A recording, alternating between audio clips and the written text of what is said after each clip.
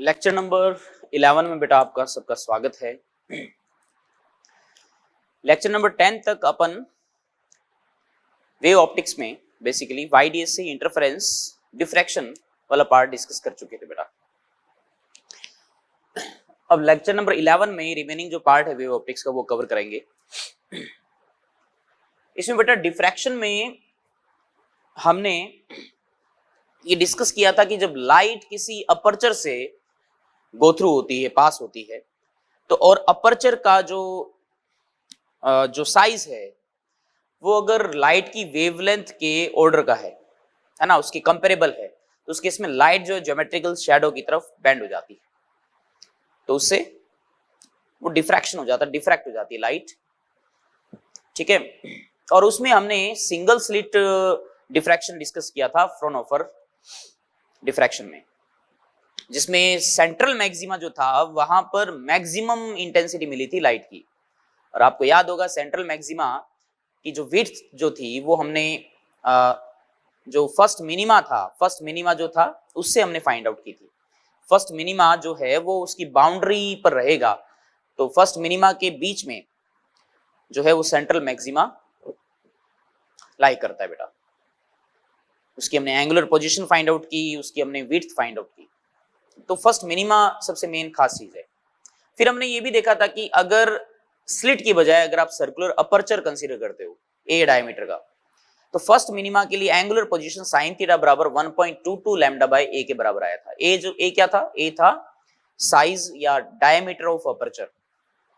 ठीक है, अब अपन डिस्कस करेंगे बेटा रिजॉल्विंग लिमिट, रिजॉल्विंग पावर, है ना। इंट्रोडक्टरी पार्ट है, बेसिक फॉर्मूलाज हैं, इसके फॉर्मूलाज को थोड़ा गौर करना है, क्योंकि नीट एग्जाम के अंदर डायरेक्ट फॉर्मूला बेस्ड क्वेश्चंस आ जाते हैं बेटा, तो वो गलत नहीं होनी चाहिए हमारे। इसमें रिजॉल्विंग लिमिट सबसे पहले अपन डिस्कस करेंगे। रिजॉल्विंग लिमिट क्या है? डेफिनेशन इसकी बड़ी सिंपल सी है, minimum angular separation between two point objects to see distinctly is called resolving limit. मतलब रिजॉल्विंग लिमिट का अगर आपसे कोई कहे तो आप ये कह सकते हो कि कोई दो पॉइंट हैं, वो दो पॉइंट अपनी आंख पे जो एंगल बना रहे हैं, है ना, तो वो मिनिमम एंगल जिसके लिए अपन उन दोनों पॉइंट्स को देख सकें सेपरेटली, डिस्टिंक्टली, उस एंगल को, उस मिनिमम एंगल को अपन रिजॉल्विंग लिमिट बोलते हैं बेटा, है ना। जैसे यहां पर मैं अगर इस बोर्ड पर, इस व्हाइट बोर्ड पर दो पॉइंट बना दूं, ठीक है, दो पॉइंट मैंने यहां बना दिए, अगर आप वीडियो में देख पा रहे हैं तो आप इजीली कह सकते हो कि ये दोनों जो हैं वो अलग अलग पॉइंट्स हैं, क्योंकि आपकी जो आई है वो इनको सेपरेटली देख पा रही है बेटा।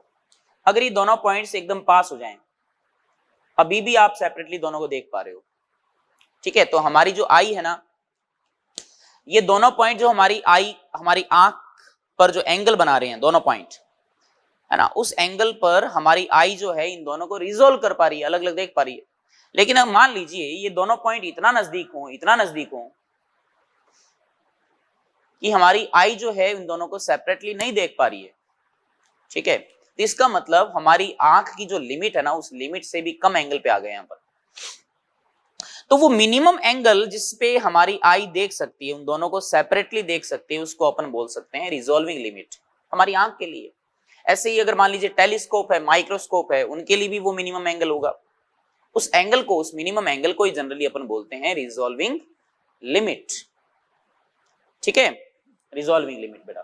कई बार मिनिमम डिस्टेंस भी होती है रिजॉल्विंग लिमिट के अंदर, उसको कंसीडर किया जाता है, लेकिन नॉर्मली एंगल को ही कंसीडर करते हैं अपन। तो नॉर्मल पर्सन के लिए बात करें अगर अपन, है ना, नॉर्मल पर्सन के लिए बात करें, ह्यूमन बीइंग के लिए, तो रिजॉल्विंग लिमिट जो होती है हमारी आंख के लिए बेटा, वो 1 मिनट के अराउंड होता है। 1 मिनट, समझ रहे हो, 1 आर्क मिनट के बराबर। भाई आप जानते हो 1 डिग्री, ठीक है, 1 डिग्री में 60 मिनट्स होते हैं, आर्क मिनट्स, समझ रहे हो बात को, 1 डिग्री में 60 आर्क मिनट्स होते हैं, और 1 डिग्री होता है 1/π/180 रेडियन। तो इस तरीके से रेडियन में भी आप कन्वर्ट कर सकते हो। मतलब हमारी जो आंख है ना, वो 1 आर्क मिनट तक के एंगल पर अगर दो ऑब्जेक्ट हमारी आंख पे एंगल बना रहे हैं ना, तो भी अपन उसको दोनों को देख सकते हैं अलग अलग। लेकिन अगर 1 आर्क मिनट से कम एंगल अगर दोनों पॉइंट बनाएंगे ना हमारी आंख पे, तो हमारी आंख फिर जवाब दे देगी, हमारी आंख को वो दो नहीं दिखेंगे, फिर एक ही दिखेगा। समझ रहे हो बात को? हमारी आंख को फिर वो दो नहीं दिखेंगे, एक ही दिखेगा बेटा। तो सारा खेल रिजॉल्विंग लिमिट का है। अगर आप ये सोचिए कि हमारी आंख की रिजॉल्विंग लिमिट अगर 0 डिग्री होता, परफेक्ट 0 डिग्री होता, तो इसका मतलब ये होता हम आप ये कह सकते हो हम कोई भी दो ऑब्जेक्ट पास में रखें उनको हम देख सकते थे, ठीक है, चाहे एंगल उनमें 0 भी बन रहा हो। मतलब हम एटॉमिक्स लेवल पे भी चले जाते तो भी हम उन दोनों चीजों को देख सकते थे सेपरेटली बेटा। लेकिन ऐसा होता नहीं, ड्यू टू डिफ्रैक्शन ऐसा हो नहीं पाता बेटा, ठीक है। रिजॉल्विंग लिमिट जिसकी कम होगी, जैसे मैं कहूं कि एक बंदा है जिसकी रिजॉल्विंग लिमिट 1 डिग्री है सपोज आंख की, तो 1 डिग्री से कम एंगल बनेगा तो उसकी आंख उन दोनों को सेपरेट कर ही नहीं पाएगी, उसको वो दो चीजें एक ही दिखेगी। और एक बंदा है जिसकी रिजॉल्विंग लिमिट जो है वो 1 आर्क मिनट है, तो वो कम एंगल पे भी देख सकता है। जिसके लिए कम एंगल पे देख सकते, रिजॉल्विंग लिमिट जिसके लिए कम होगा ना, उसका रिजॉल्विंग पावर उतना ही ज्यादा होगा, अच्छे से वो रिजॉल्व कर सकता है कम एंगल पे भी बेटा। तो रिजॉल्विंग पावर कुछ नहीं है, बस रिजॉल्विंग लिमिट का रेसिप्रोकल है, ठीक है। अब जैसे टेलीस्कोप है, माइक्रोस्कोप है, इनके लिए पूछा जाता है, तो ये फॉर्मूला आपको याद रखना बेटा। Resolving power of telescope A by 1.22 lambda. A क्या होता है? Aperture diameter of objective lens से, जो टेलीस्कोप होता है ना उसका ऑब्जेक्टिव लेंस जो होता है ना, ऑब्जेक्टिव लेंस का अपर्चर डायमीटर ये होता है, ये ए को रिप्रेजेंट करता है बाय 1.22 लैम्डा। लैम्डा वेवलेंथ है लाइट की। तो अपर्चर डायमीटर जिस टेलीस्कोप का ऑब्जेक्टिव के टेलीस्कोप का मतलब टेलीस्कोप के ऑब्जेक्टिव लेंस का ज्यादा होता है ना, उसका रिजॉल्विंग पावर भी ज्यादा होगा। मतलब रिजॉल्विंग पावर को इंक्रीज करना है तो सीधी सी बात है अपर्चर डायमीटर बहुत ज्यादा हाई होना चाहिए। इसीलिए क्या होता है, जो एस्ट्रोनॉमिकल टेलीस्कोप होते हैं उन टेलीस्कोप का जो ऑब्जेक्टिव लेंस होता है ना, जो ऑब्जेक्टिव मिरर होता है वो बहुत बड़ा लेते हैं अपन। जितना ज्यादा बड़ा लोगे रिजॉल्विंग पावर उतनी ही ज्यादा अच्छी होगी बेटा, अच्छे से आप रिजोल्व कर सकते हो। आप नाइट में जब स्काई को देखते हो बेटा, आसमान देखते हो अंधेरे में, तो आपको कई सारे स्टार्स दिखते हैं, राइट। एक्चुअल में उनमें से मोस्ट ऑफ स्टार्स जो हैं वो स्टार्स नहीं है, वो गैलेक्सीज है। आपको वो एक टिमटिमाता वो तारा दिखता है, लेकिन वो गैलेक्सीज हैं बेटा। और हर गैलेक्सी के अंदर आपको पता है मिलियंस, बिलियंस, ट्रिलियन स्टार्स होते हैं। तो बहुत सारे स्टार्स हैं, उनसे मिलकर गैलेक्सी बनती है। तो आप सोचो कि वो जो तारा दिख रहा है, एक स्टार जो दिख रहा है, वो एक्चुअली में गैलेक्सी है। मतलब हमारी आई जो है उसको रिजोल्व नहीं कर पा रही है।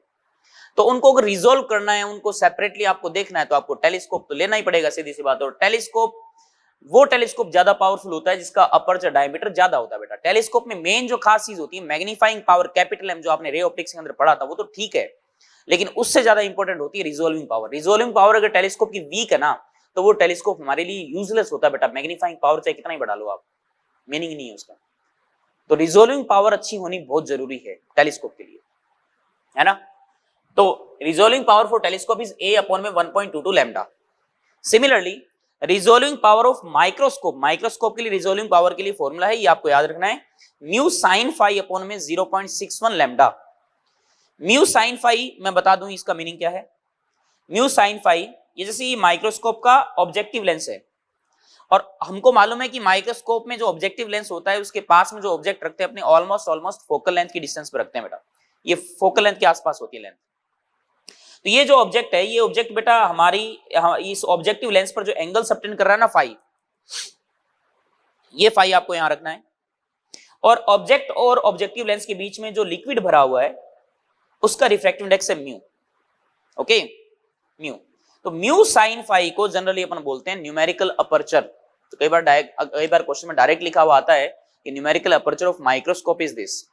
तो that means mu sine phi आपको गिवन होता है। म्यू साइन फाई की वैल्यू जो भी होगी वो रख दीजिए, और अपॉन में 0.61 lambda, lambda is the wavelength of light, आपके पास रिजोल्विंग पावर आ जाएगी माइक्रोस्कोप की। Clear?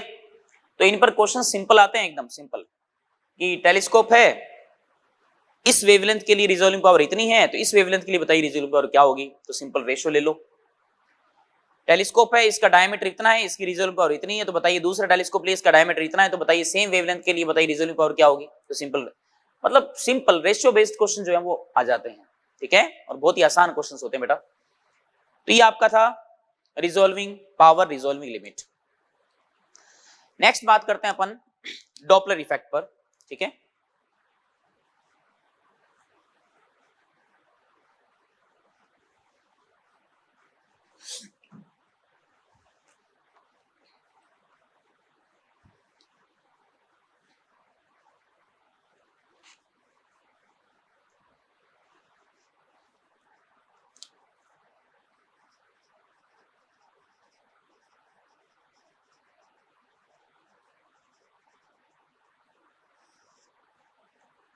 Doppler effect in light. Mechanical wave के अंदर डॉपलर इफेक्ट बड़ा सिंपल है। ऑब्जर्वर रेस्ट में है, सोर्स मूव कर रहा है तो फ्रीक्वेंसी एपरेंट फ्रीक्वेंसी कितनी होती है, सोर्स रेस्ट में ऑब्जर्वर मूव कर रहा है तो एपरेंट फ्रीक्वेंसी कितनी होती है, दोनों मूव कर रहे होते हैं तो एपरेंट फ्रीक्वेंसी कितनी होती है, ये सब हमने कैलकुलेट किया हुआ है वेव थ्योरी के अंदर। लेकिन लाइट के अंदर डॉपलर इफेक्ट किस तरीके से लागू होता है बेटा? क्योंकि देखो लाइट जो है स्पीड c 3 × 10⁻⁸ मीटर पर सेकेंड है बेटा। यूनिवर्स की मैक्सिमम स्पीड है, ये मैक्सिमम स्पीड लिमिट है बेटा। इससे ज्यादा स्पीड किसी पॉसिबल नहीं है स्पेस टाइम के अंदर, इस यूनिवर्स के अंदर। तो डॉपलर इफेक्ट में लाइट के अंदर जो डॉपलर इफेक्ट है उसके अंदर स्पेशल थ्योरी ऑफ रिलेटिविटी का कॉन्सेप्ट लगता है, तो इसका डेरिवेशन नहीं है आपके। तो यहां पर जो मैं चीज बताऊं उसको ध्यान रखना आप। देखिए यहां पर एक ऑब्जर्वर है,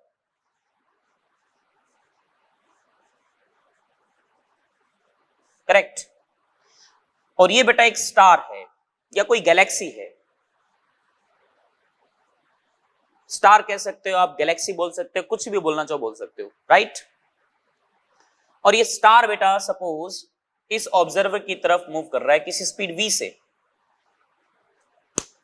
तो ये अगर कोई वेव यहां से इलेक्ट्रोमैग्नेटिक वेव या लाइट जो है इमिट करेगा, तो अगर ये स्टार इसकी तरफ ऑब्जर्वर की तरफ मूव कर रहा है ना बेटा, तो जो फ्रीक्वेंसी जो लाइट हमारे पास आ रही है, ऑब्जर्वर के पास आ रही है, उसकी फ्रीक्वेंसी हमें बढ़ी हुई फील होगी, ठीक है। पास आएगा तो फ्रीक्वेंसी बढ़ जाएगी, दूर जाएगा फ्रीक्वेंसी घट जाएगी रिलेटिव टू ऑब्जर्वर। तो पास आएगा तो इसकी फ्रीक्वेंसी जो है वो घट जाएगी बेटा, ठीक है, सॉरी बढ़ जाएगी।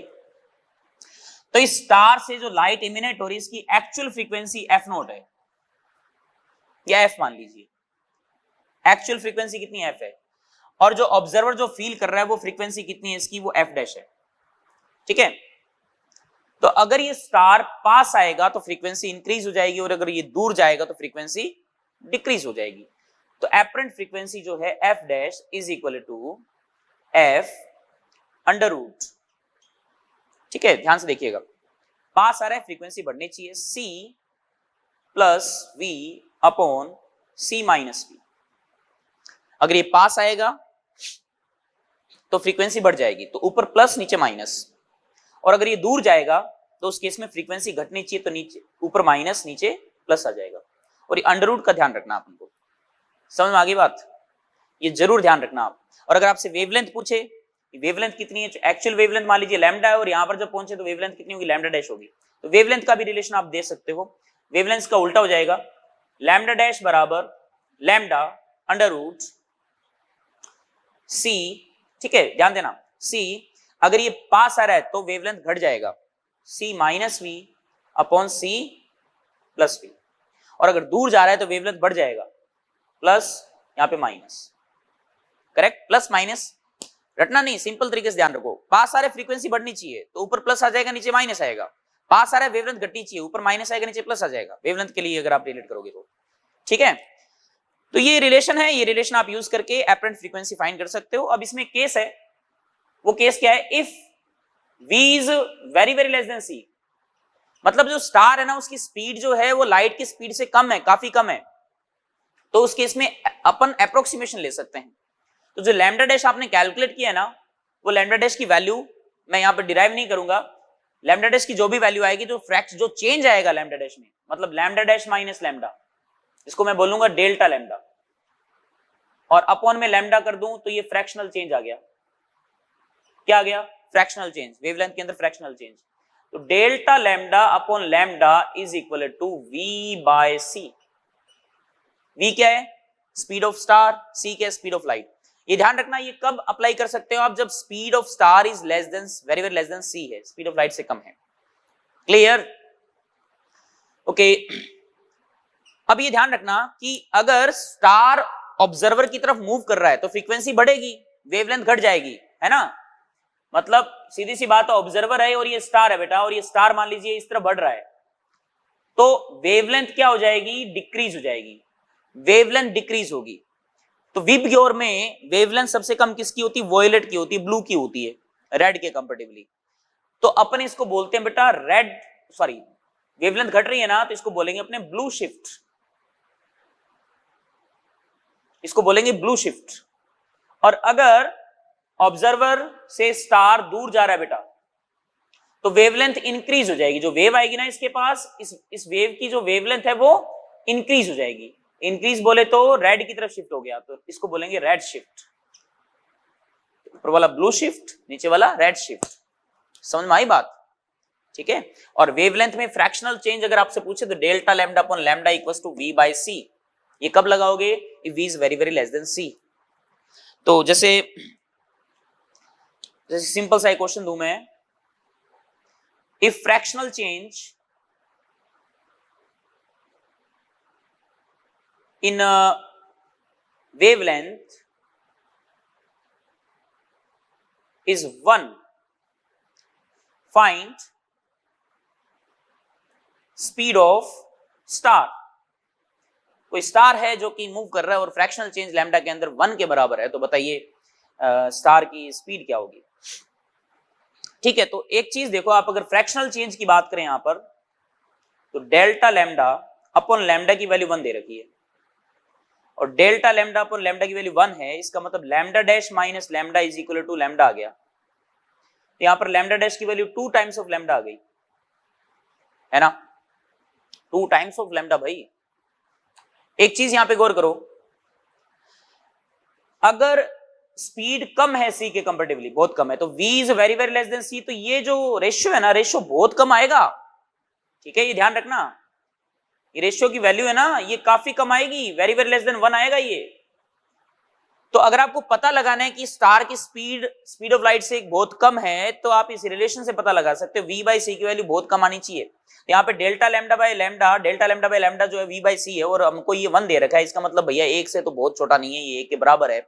इसका मतलब v जो है वो c से बहुत छोटा नहीं है। और अपन से पूछा जाए, बताइए find the speed of star, v की वैल्यू पूछिए, तो आप ये फॉर्मूला कतई ना लगाएं, आप ये वाला फॉर्मूला अप्लाई करके सॉल्व कर सकते हैं।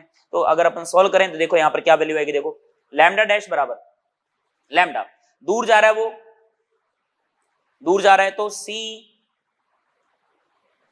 ठीक है, c वेवलेंथ बढ़ जानी चाहिए ना, दूर जा रहा है तो c प्लस वी अपॉन में c माइनस वी, ठीक है, प्लस लैम्डा, ओके, +1 का मतलब lambda dash is positive, lambda dash बढ़ गया, तो lambda dash equals to lambda under root c plus v upon c minus v. अब यहां पर लैम्डा डैश की वैल्यू 2 लैम्डा, ये रख देते हैं अपन, बराबर lambda under root c plus v upon c minus v, ये इससे कैंसिल आउट हो गया, स्क्वेयरिंग कर दो, इधर आ जाएगा 4 बराबर सी प्लस वी अपॉन में सी माइनस वी। बेटा इसको क्रॉस मल्टीप्लाई करेंगे आप, तो वैल्यू आ जाएगी 4c minus 4v equals to c plus v. यहां पर बेटा ये 3c बचेगा, यहां पर 4 एंड v कितना आ जाएगा, 5v आ गया, एंड v इक्वल्स टू आ गया 3c बाय 5। तो जो स्पीड ऑफ स्टार है वो 3c बाय 5 के बराबर है ना। अगर इससे करते तो v बटा c बराबर 1, मतलब v बराबर c आ जाता।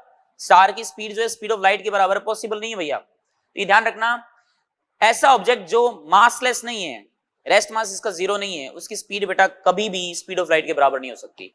ठीक है, केवल मासलेस पार्टिकल जैसे फोटोन है, उनकी स्पीड जो स्पीड ऑफ लाइट के बराबर हो सकती है, मासफुल पार्टिकल के लिए पॉसिबल नहीं है बेटा। से एग्जांपल करवा दिया, ऐसे सिंपल से एग्जांपल्स क्वेश्चन जो हैं वो फ्रेम हो जाते हैं बेटा। ये था आपका डॉपलर इफेक्ट। ओके, आगे बढ़ते हैं बेटा अपन। स्कैटरिंग ऑफ लाइट, स्कैटरिंग का मतलब जैसे पार्टिकल्स हैं गैस के, ठीक है, और उन पर लाइट इंसिडेंट हुई, लाइट इंसिडेंट होती है तो जो गैस के जो पार्टिकल्स है ना बेटा, वो उस लाइट को एब्जॉर्ब करते हैं, एब्जॉर्ब करने के बाद में उस लाइट एनर्जी को वापस रीमिट करते हैं, ठीक है, अलग अलग डायरेक्शन में रीमिट करते हैं, स्कैटर कर देते हैं उस लाइट को।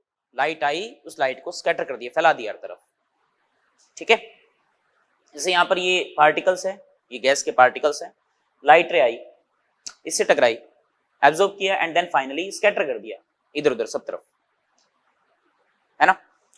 तो ये जनरली हर जगह होता है जहां पे गैस पार्टिकल्स हैं।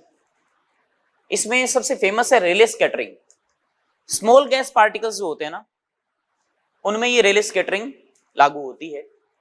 और रेले स्कैटरिंग में रेले ने क्या बताया कि जो इंटेंसिटी ऑफ स्कैटर्ड लाइट होती है ना, लाइट जो स्कैटर करती है, पार्टिकल जो स्कैटर करते हैं, बिखेरते हैं, उस लाइट की जो इंटेंसिटी है वो लैम्डा की 4th पावर के इनवर्सली प्रोपोर्शनल होता है।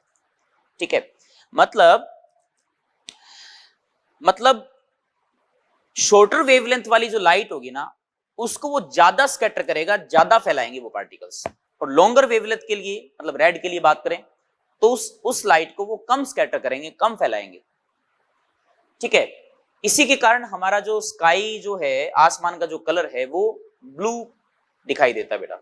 होता क्या है, जैसे सनलाइट आई, अब एटमॉस्फेयर है, इसमें nitrogen gas, mostly nitrogen gas है, ऑक्सीजन वगैरह है। तो जब लाइट इस एटमॉस्फेयर पे इंसिडेंट होती है ना, पार्टिकल्स जो हैं इस लाइट रे को स्कैटर करते हैं। अब इसमें से कौन सी जो लाइट है वो सबसे ज्यादा स्कैटर करेंगे, सबसे ज्यादा फैलाएंगे, वो है ब्लू कलर। वैसे वॉयलेट है, वॉयलेट के लिए हमारी आंख जो सेंसिटिव नहीं है, ब्लू कलर के लिए है। तो हमें ब्लू कलर जो है वो दिखाई देता है स्काई का। आप ये कह सकते हो कि जैसे टिमटिमाते जो ये जो एटमॉस्फेयर है ना, ये छोटे छोटे टाइनी बल्ब्स हैं बेटा। एटमॉस्फेयर में जो पार्टिकल्स है ना, वो छोटे छोटे बल्ब्स हैं हमारे, और ये सारे बल्ब जो है सनलाइट के कारण सारे के सारे ऑन हो जाते हैं, और उसमें हमें पूरा का पूरा मतलब जो ब्राइट दिखता है आसमान, है ना, और स्काई जो कलर है वो ब्लू रंग का दिखता है बेटा।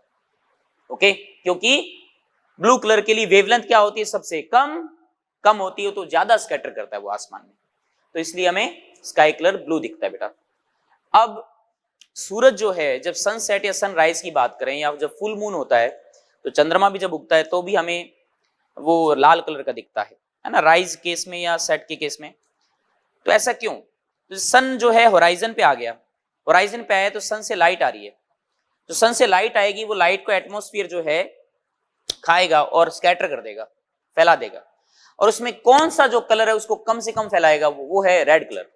तो रेड कलर जो है वो कम फैलाएगा, तो इसका मतलब सूरज से जो लाइट आ रही है उसमें केवल रेड कलर ही बचा मोस्टली, और सन होराइजन पर है। और होराइजन पे क्या होता है, सन जो है वो एटमॉस्फेयर, सन से जो लाइट रेज आती है ना, वो एटमॉस्फेयर का जो मोस्ट ऑफ पार्ट है वो कवर करती है। इसका डायग्राम अगर मैं बनाऊं तो कुछ ऐसा बना सकता हूं, देखना ऐसे है, ये अर्थ अपनी, और ये एटमॉस्फेयर है बेटा, और सनलाइट मान लीजिए यहां से आ रही है, ये सूरज है, और इससे लाइट रेज आ रही है, तो एटमॉस्फेयर पे ज्यादा लेंथ कवर करेगी बेटा, देखो। और एक दोपहर के टाइम में बात करें तो वर्टिकल आती है, तो ये कम लेंथ कवर करेगी, इस केस में ज्यादा लेंथ कवर करती है। तो ज्यादा लेंथ कवर करेगी तो एटमॉस्फेयर जो है ना, वो लाइट में से मोस्टली कलर्स को स्कैटर कर देगा, लास्ट में कौन सा बचेगा, रेड। तो इसलिए हमें सन जो है वो थोड़ा रेडिश दिखता है सनसेट या सनराइज के केस में। ठीक है, तो ये बहुत बढ़िया एग्जाम्पल है रेले स्कैटरिंग के, ये अपन को मालूम होनी चाहिए बेटा, थ्योरेटिकल क्वेश्चन बन जाता है नीट के अंदर। लेकिन अगर पार्टिकल्स का साइज, गैस पार्टिकल्स का साइज अगर बड़ा हो तो उस केस में जो इंटेंसिटी है ना, रेले स्कैटरिंग लागू नहीं होती फिर। ठीक है, ये केवल स्मॉल पार्टिकल्स के लिए लागू होती है, स्मॉल गैस पार्टिकल्स के लिए। तो फिर अगर साइज बड़ा होता है ना, तो उस केस में जो लाइट इंसिडेंट हुई अलग अलग वेवलेंथ की, वो सभी को लगभग सेम इंटेंसिटी से स्कैटर करता है पार्टिकल, सबको लगभग सेम इंटेंसिटी, मतलब रेड को, वॉयलेट को, येलो, कुछ भी हो, सबको बराबर इंटेंसिटी से स्कैटर करेगा। और जब बराबर इंटेंसिटी स्कैटर करेगा तो इसका मतलब सारे कलर सेम इंटेंसिटी से बाहर आएंगे, तो अपन को कौन सा कलर नजर आएगा, व्हाइट। इसलिए जो बादल है ना, क्लाउड, H2O होता है उसके अंदर, तो क्लाउड का कलर जो है वो व्हाइट नजर आता है बेटा अपन को। समझ बात, ये हमें ध्यान रखना है। अब जैसे मून है, मून पे तो एटमॉस्फेयर ही नहीं है, तो मून पे अगर आप जाओगे तो आपको आसमान काला ही दिखेगा, चाहे सूरज उगा हो, सूरज अपन को दिखेगा केवल एक चमकीला तारे की तरह, ठीक है, व्हाइट रंग का वो दिखेगा। और आसमान उसके अलावा, सूरज के अलावा जो देखोगे तो सारा काला दिखेगा।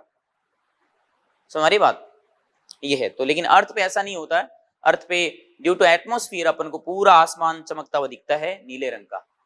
तो ये छोटे छोटे एटमॉस्फेयर के जो पार्टिकल्स है ना बेटा, वो बल्ब का काम करते हैं हमारे लिए। ठीक है, तो ये था जी स्कैटरिंग। अब हम नेक्स्ट टॉपिक पे बढ़ते हैं बेटा। हाँ बेटा, पोलराइजेशन। ये अपना लास्ट टॉपिक है इस चैप्टर का। समझने का ट्राई करना, बहुत ही आसान सा टॉपिक है, ठीक है। और इसमें काम की जो चीजें हैं नीट के अकॉर्डिंग, जो हर साल एग्जाम में आते हैं, उन टॉपिक पर हम ज्यादा फोकस करेंगे बेटा। पहली चीज, हम सब लोग जानते हैं कि लाइट जो है वो एक इलेक्ट्रोमैग्नेटिक वेव है, और इलेक्ट्रोमैग्नेटिक वेव है, और वो भी ट्रांसवर्स इलेक्ट्रोमैग्नेटिक वेव है, जिसके अंदर इलेक्ट्रिक फील्ड और मैग्नेटिक फील्ड दोनों एक दूसरे के परपेंडिकुलरली ऑसिलेट होते हैं, वो भी सेम फेज में। तो यहां पर मैंने एक डायग्राम बना रखा है ईएम वेव का। इस तरफ इलेक्ट्रिक फील्ड है, इस तरफ मैग्नेटिक फील्ड है, और इसका जो पॉइंटिंग वेक्टर है वो इस तरफ है, ई क्रॉस बी की डायरेक्शन में जो इलेक्ट्रोमैग्नेटिक वेव बेटा वो ट्रेवल कर रही है, direction of propagation of light. तो इलेक्ट्रिक फील्ड यूं ऑसिलेट हो रहा है बेटा, मैग्नेटिक फील्ड इसके परपेंडिकुलरली यूं, करेक्ट। ओके, तो ये जो मैंने वेव यहां पर ड्रॉ की है, यहां पर मैग्नेटिक फील्ड मैंने डेफिनेटली ड्रॉ किया है। तो मैग्नेटिक फील्ड को अगर अपन एक्सप्रेस कर दें या इसको ना शो करें, तो केवल इलेक्ट्रिक फील्ड से भी वेव को रिप्रेजेंट किया जा सकता है ना। तो केवल इलेक्ट्रिक फील्ड वाली वेव को ही मैं अगर बनाऊं, ये डायरेक्शन एक्स मान लीजिए, ये ई वेक्टर है इस तरफ, तो इलेक्ट्रिक फील्ड वाली वेव बेटा ये है केवल, ठीक है।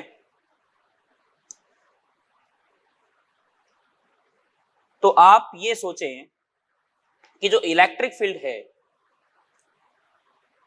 क्या वो एक प्लेन में ऑसिलेट नहीं हो रहा? क्या हो रहा है ना? इसी प्लेन में इलेक्ट्रिक फील्ड ऑसिलेट हो रहा है बेटा, है ना, इसी प्लेन में। इसलिए अपन इस वेव को क्या नाम देंगे? देखना इधर, इस वेव को नाम देंगे अपन प्लेन पोलराइज्ड वेव, या लीनियर पोलराइज्ड वेव भी बोल सकते हैं। ये प्लेन पोलराइज्ड या लीनियर पोलराइज्ड वेव है। एक ही प्लेन के अंदर वेव जो है, मतलब जो इलेक्ट्रिक फील्ड का जो ऑसिलेशन है वो एक ही प्लेन में है बेटा, एक ही प्लेन में वाइब्रेशन है, सिंगल प्लेन में, इसलिए इसका नाम प्लेन पोलराइज्ड वेव है। Is that clear? इसको लीनियरली पोलराइज्ड भी आप बोल सकते हो बेटा। मैग्नेटिक फील्ड इसके परपेंडिकुलर है, कोई दिक्कत नहीं है, केवल इलेक्ट्रिक फील्ड, भाई सिंगल इलेक्ट्रिक फील्ड या सिंगल मैग्नेटिक फील्ड से इलेक्ट्रोमैग्नेटिक वेव फॉर्म नहीं होती बेटा। इलेक्ट्रोमैग्नेटिक वेव के अंदर ये दोनों ही फील्ड जिम्मेदार होते हैं। इलेक्ट्रिक फील्ड मैग्नेटिक फील्ड को फॉर्म करता है, बनाता है, मैग्नेटिक फील्ड इलेक्ट्रिक फील्ड को फॉर्म करता है। दोनों एक दूसरे को फॉर्म करते रहते हैं और हमेशा एक दूसरे के परपेंडिकुलरली बनाते रहते हैं एक दूसरे को, और इससे ये वेव जनरेट होती है। तो मैग्नेटिक फील्ड यहाँ पे ड्रॉ नहीं कर रखा है, पर आप समझ जाइए इसके परपेंडिकुलर है। तो ये इलेक्ट्रिक फील्ड का प्लेन ऑफ ऑसिलेशन है। इसको बेटा अपन बोल सकते हैं plane of vibration. This is plane of vibration. इसको अपन प्लेन ऑफ पोलराइजेशन भी बोल सकते हैं, प्लेन ऑफ पोलराइजेशन। कई बुक्स के अंदर प्लेन ऑफ पोलराइजेशन के परपेंडिकुलरली दिया होता है, ऐसा नहीं है। प्लेन ऑफ पोलराइजेशन और प्लेन ऑफ वाइब्रेशन ये एक ही प्लेन होता है बेटा, ठीक है, ये सेम प्लेन होता है। इसको अपन प्लेन पोलराइज्ड वेव या लीनियरली पोलराइज्ड वेव या लीनियर पोलराइज्ड वेव बोल सकते हैं। ओके, तो इलेक्ट्रोमैग्नेटिक वेव जो है ना बेटा, वो एक ट्रांसवर्स वेव है। ये कहानी अपन को समझ में आ गई यहां तक, ठीक है। इसके अलावा और क्या क्या फॉर्म हो सकती है वेव की? क्या हमेशा प्लेन पोलराइज्ड वेव ही होती है क्या? ऐसा नहीं है, आगे मैं बताता हूं आपको। देखो इधर ध्यान देना,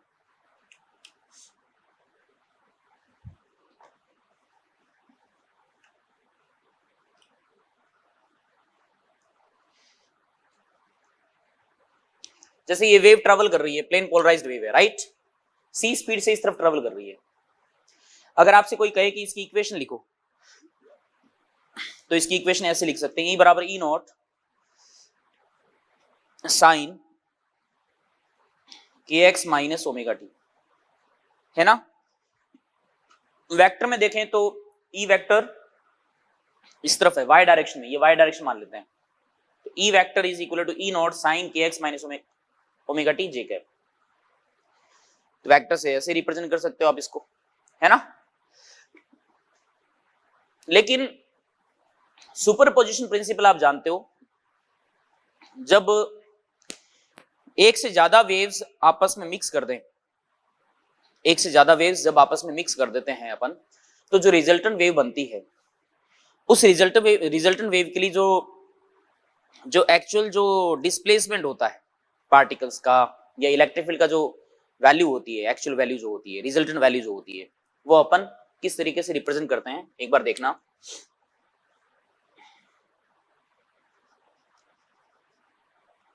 सुपरपोजिशन ऑफ वेव्स, ये कौन सी वेव है? Electromagnetic wave. ओके,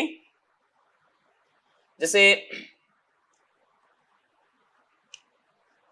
नेट जो वेक्टर आएगा ई वेक्टर बराबर E1 vector plus E2 vector, ये वेव्स है बेटा, ये फंक्शन है वेव के, इलेक्ट्रिक फील्ड वेक्टर्स है। जैसे प्लेन पोलराइज्ड वेव है तो सिंपल सी बात है, एक प्लेन के अंदर इलेक्ट्रिक फील्ड का वाइब्रेशन हो रहा होगा, जैसे यहां पर मैंने इस प्लेन में वाइब्रेशन लिया है, पर ऐसा कोई जरूरी नहीं है मैं कहूं कि इलेक्ट्रिक फील्ड ऐसे ऑसिलेट हो रहा है, देखो यूं इस प्लेन में, तो ये प्लेन ऑफ वाइब्रेशन हो जाएगा।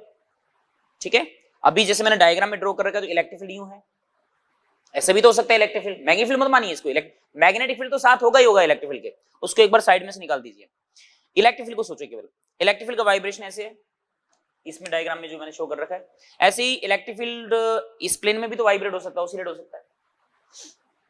तो इसका प्लेन ऑफ पोलराइजेशन जो है, या ये कहो कि प्लेन ऑफ वाइब्रेशन जो ये वाला होगा, ऐसे भी तो हो सकता है तिरछा। ठीक है, मतलब ऐसे, एक ऐसे हो गया, ऐसे भी तो हो सकता है, एक ऐसे भी तो हो सकता है, करेक्ट, ऐसे भी हो सकता है, मतलब किसी भी डायरेक्शन में हो सकता है प्लेन ऑफ वाइब्रेशन। तो जो रिजल्टेंट जो इलेक्ट्रिक फील्ड होता है ई वेक्टर बराबर E1 वेक्टर E2 वेक्टर, ये सारे के सारे प्लेन पोलराइज्ड वेव के फंक्शन है। मतलब इंडिविजुअल वेव होती है ना, वो प्लेन पोलराइज्ड ही होती है हमेशा, इंडिविजुअल वेव प्लेन पोलराइज्ड होती है, लेकिन अगर आप सुपरइम्पोज कर दोगे, मिक्स कर दोगे, तो फिर हो सकता है कि रिजल्ट अपन को कुछ अलग नजर आए। जैसे एग्जांपल दूं मैं, मान लीजिए आपको E1 वेक्टर दे रखा है, ध्यान से देखना आप, इसका एम्पलीट्यूड E1 है, sine kx minus omega t, और इसका जो ऑसिलेशन है मैं जे कैप के अलोंग मान लेता हूं। ठीक है, एक E2 वेक्टर है, एक और वेव है हमारे पास, उसका फंक्शन दे रखा है E2 sine kx minus omega t k cap. ये दोनों वेव्स x डायरेक्शन प्रोपेगेट कर रही है। मैं इसको, इन दोनों को, अगर आपको ये जो इक्वेशन लिखी है इनका फंक्शन को अगर मैं यहां पे रिप्रेजेंट करूं वेव को, तो देखना ये x मान लीजिए, ये y हो गया, ये z हो गया आपके अकॉर्डिंग। ठीक है, x y एंड z। ठीक है, और ये दोनों वेव जो हैं वो x डायरेक्शन में प्रोपेगेट कर रही है। कैसे पता लगता है? ये यहां से पता लगता है, यहां से x डायरेक्शन प्रोपेगेट कर रही है। ठीक है, तो ये वाली जो है ना जे कैप है, इलेक्ट्रिक फील्ड का ऑसिलेशन जे कैप है। तो देखो x y और z, तो y के अलोंग मतलब जे कैप, तो ये यूं है, ये वेव ऐसे जा रही है, पहले वाली वेव ऐसे जा रही है, करेक्ट। अब इस वाली वेव को देखो, ये वाली वेव कैसे आएगी, इसका ऑसिलेशन के कैप की तरफ है, इलेक्ट्रिक फील्ड का ऑसिलेशन, तो ये ऐसे आ रही है, दोनों का प्रोपेगेशन x के अलोंग ही है, इसका ऑसिलेशन y के डायरेक्शन में, इसका ऑसिलेशन z की डायरेक्शन में, तो ये यूं ऑसिलेट हो रही है और ये यूं ऑसिलेट हो रही है। तो हमारी बात, और दोनों का जो रिजल्टेंट होगा वो ये ई वेक्टर होगा। ठीक है, ई वेक्टर होगा। अब ई वेक्टर कैसे कैलकुलेट करें अपन, है ना, ई वेक्टर अब कैसे कैलकुलेट करें? तो एक चीज देखो, ये जो पूरा पार्ट है ना, इसको मैं ई एक्स लिख सकता हूं, समझ रहे हो बात को, सॉरी ई वाई, और ये जो पूरा पार्ट है इसको मैं ई जेड लिख सकता हूं। ठीक है ना,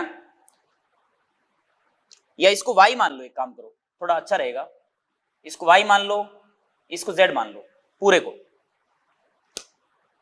ठीक है, ये y ये z, तो यहां अगर मैं y और z को डिवाइड कर दूं, ठीक है, y और z को डिवाइड कर दूं, तो y बराबर कितना आया, E1 साइन के एक्स माइनस ओमेगा टी और z बराबर कितना आया E2 साइन के एक्स माइनस ओमेगा टी। दोनों को डिवाइड करोगे तो y by z equal to आ गया E1 बाई E2।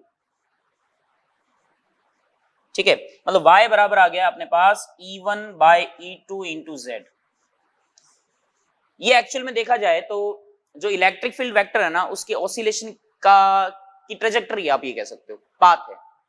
मतलब अगर आप इन दोनों वेव्स को सुपरइम्पोज करोगे ना तो जो ई वेक्टर आएगा ना, जो ई वेक्टर आएगा यहां पर, इसको आप E1 vector plus E2 vector जो है इनको रख सकते हो यहां पर। और रिजल्ट की बात करें, जैसे मैंने डायग्राम आपको अभी भी बताया था, ध्यान से देखना, ये y था और x बाहर की तरफ था और z इस तरफ था, तो y के लोंग कौन है, ये ऑसिलेट हो रहा है E1 वाला वेक्टर। तो y के लोंग इसका ऑसिलेशन, जो इलेक्ट्रिक फील्ड का जो ऑसिलेशन है वो ऐसे हो रहा है, देखो यूं यूं ऑसिलेट हो रहा है इलेक्ट्रिक फील्ड। और z की डायरेक्शन में वो E2 वाला वेक्टर जो है वो ऑसिलेट हो रहा है इस तरफ, ये यूं ऑसिलेट हो रहा है। ठीक है, और दोनों के बीच में कोई फेज डिफरेंस नहीं है। फेज डिफरेंस कितना है, जीरो है, के एक्स माइनस ओमेगा टी, के x minus omega T, phase difference कितना है, जीरो है। यहाँ पर फेज डिफरेंस अगर जीरो है तो इसका मतलब जो रिजल्टेंट जो वेव आएगी ना वो y प्रोपोर्शनल टू z, जैसे y बराबर mx होता है ना, x की बजाय z हो गया बस। तो इसका मतलब जो रिजल्टेंट वेव है ना बेटा वो कहीं ना कहीं इधर जाएगी। इसको मैं ब्लैक कलर से शो कर देता हूं देखो इसे, हमारी बात। और वैसे एम्पलीट्यूड की बात करें, आपसे कोई पूछे कि एम्पलीट्यूड कितना होगा, वेक्टर सम है वैसे तो ये। एम्पलीट्यूड की अगर आपसे बात करें तो यहां पर एम्पलीट्यूड ये कितना E1 है, ये कितना E2 है, तो ये वेक्टर है भाई। इसका मतलब जो रिजल्टेंट वेव आएगी ना वो यूं ऑसिलेट हो रही है, इसका जो एम्पलीट्यूड आएगा वो अंडर रूट में E1 और E2 का स्क्वायर। तो ये रिजल्टेंट वेव ऐसे आएगी। तो ये E1 वाली वेव है, ये E2 वाली वेव है, इलेक्ट्रिक फील्ड वेक्टर क्वांटिटी, दोनों का रिजल्टेंट कुछ इस तरफ आएगा, ये वेव आएगी। सो हमारी बात, अगेन ये भी कैसी वेव है, प्लेन पोलराइज्ड वेव है। ठीक है, तो ये मत समझना कि ऐसा क्वेश्चन नहीं बन सकता, बन सकता है, क्योंकि एनसीईआरटी के अंदर जैसे इलेक्ट्रोमैग्नेटिक वेव वाला चैप्टर है तो उसके साथ लिंक करके इस क्वेश्चन को बनाया जा सकता है भाई। तो ध्यान रखना, अगर फेज डिफरेंस जीरो है दोनों का, तो E1 और E2 है ना, फेज डिफरेंस यहां पर जीरो है, तो अगर अपन डिवाइड करेंगे बेटा तो रिजल्टेंट जो वेव आएगी वो कुछ इस तरफ आ रही है, y प्रोपोर्शनल टू z के अकॉर्डिंग। तो ये प्लेन पोलराइज्ड वेव है। आपको क्या दे रखा होगा, आपको ये दो इक्वेशंस दे रखी होगी, आपसे पूछा होगा कि बताइए वेव कैसी है, दोनों को सुपरइम्पोज कर दें तो वेव कैसी होगी, प्लेन पोलराइज्ड होगी कि नहीं होगी, अनपोलराइज्ड होगी, कुछ भी दे दे आपको, तो इसका आंसर है प्लेन पोलराइज्ड होगी वेव। ओके, रिजल्टेंट वेव जो है बेटा ऐसे। अगर मान लीजिए इस इक्वेशन के अंदर, इस इक्वेशन में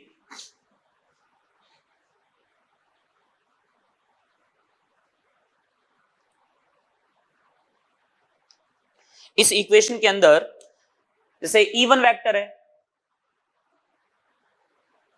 बराबर E1 साइन, या E नोट लिख देता हूं, चलो E नोट साइन के एक्स माइनस ओमेगा टी, ये जे कैप है।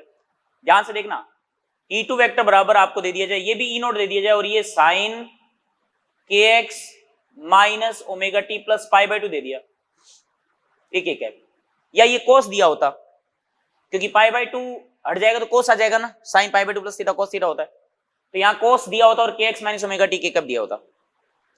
ठीक है, इस टाइप से भी दिया जा सकता है। चलो मैं कोस ही लिख देता हूं, ये पाई बाय 2 हटा देते हैं यहां से, है ना। अब ये वेव्स दे रखा है और आपसे पूछा है कि ई वेक्टर बराबर या resultant of these two waves is plane polarized or not। मतलब दो वेव्स दे रखी हैं आपको और आपसे पूछा है कि दोनों वेव्स का जो रिजल्टेंट है वो प्लेन पोलराइज्ड है या नहीं है। ठीक है, अब कैसे करें, देखो बड़ा आसान है। ये पूरा दिख रहा है आपको, जे कैप है ना, तो इसको y मान लो, ये पूरा दिख रहा है, इसको z मान लो, के कैप है ना, z के लोंग, तो इसको z मान लो। तो यहां पर मैं y बराबर लिख दूंगा E नॉट साइन के एक्स माइनस ओमेगा टी, और z बराबर क्या आ गया, E नॉट कोस के एक्स माइनस ओमेगा टी। अब अगर आप डिवाइड करोगे तो मामला बनेगा नहीं, कटेगा नहीं भैया दोनों, तो स्क्वायर करके सम कर दें तो साइन स्क्वायर के x minus omega T cos square के एक्स माइनस ओमेगा टी 1 हो जाएगा, स्क्वायर करके सम करेंगे तो इतना दिमाग लगाना पड़ेगा आपको। Y square plus z square बराबर कितना आ जाएगा, ई नॉट स्क्वायर और ब्रैकेट में साइन स्क्वायर और कोस स्क्वायर कितना आ जाएगा, 1 आ जाएगा। ये आपको ध्यान होगा, ये इक्वेशन सर्कल की होती है बेटा, ये सर्कल की है। इसका मतलब इक्वेशन ऑफ सर्कल, इसका मतलब जो वेव है ना वो सर्कुलरली पोलराइज्ड है। इसको क्या बोलोगे, सर्कुलर पोलराइज्ड। ये प्लेन पोलराइज्ड नहीं है, सर्कुलर पोलराइज्ड है। सर्कुलर पोलराइज्ड का मतलब ये जो वेव है ना, जैसे एक तो ये वाली डायरेक्शन वाली है और एक ये वाली डायरेक्शन वाली है, तो इनसे जो ये बनेगी ना, ये इसमें तो प्लेन पोलराइज थी क्योंकि दोनों का फेज डिफरेंस 0 था। इसमें फेज डिफरेंस π/2 है क्योंकि एक साइन है कोस है, तो कोस को साइन मतलब π/2 है। तो इसमें सर्कुलर पोलराइज्ड है, मतलब जो वेव है ना, ये वाली जो बीच वाली दिख रही है रिजल्टेंट, ये वेव ऐसे नहीं दिखेगी, ये ऐसे नहीं दिखेगी, ये ऐसे दिखेगी, यूं यूं घूमती हुई नजर आएगी, यूं, ठीक है, यूं ऐसे घूमती हुई नजर आएगी, यूं इस टाइप से। तो ये सर्कुलर पोलराइज्ड है।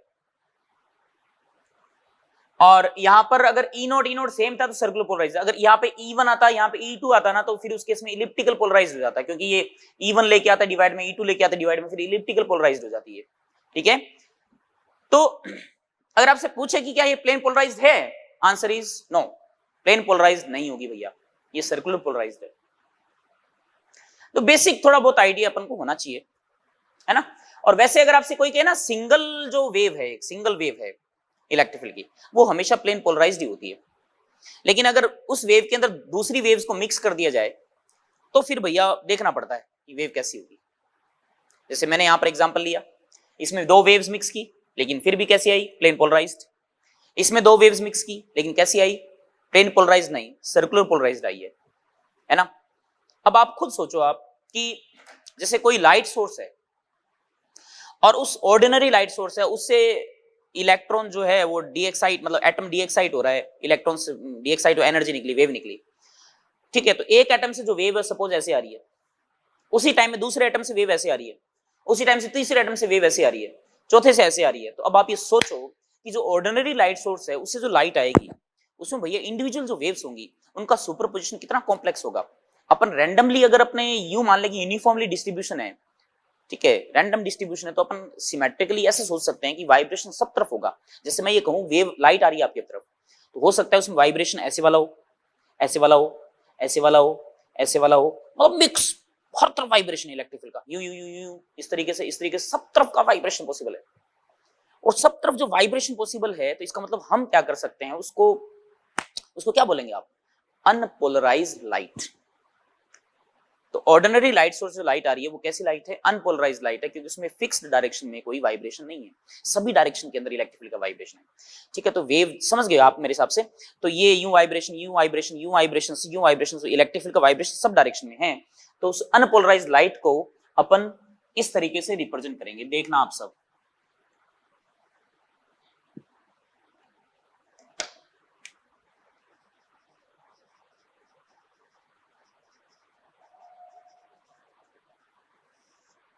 सब डायरेक्शन में ना वाइब्रेशन, तो अपन वाइब्रेशन को ऐसे शो करेंगे, देखो,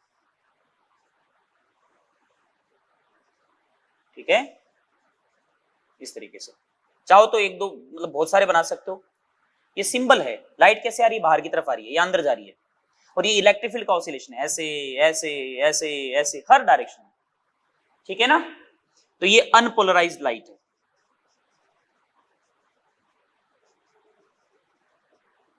इसको इक्विवेलेंटली अपन ऐसे शो कर सकते हैं, देखो, क्योंकि इलेक्ट्रिक फील्ड है, इस इलेक्ट्रिक फील्ड के कंपोनेंट ले लेंगे, इधर आ जाएगा, इधर आ जाएगा, ऐसे ही इसके भी कंपोनेंट ले लेंगे, इधर आ जाएगा, इधर आ जाएगा। तो इसको अपन है ना इफेक्टिवली ऐसे बना सकते हैं, देखो,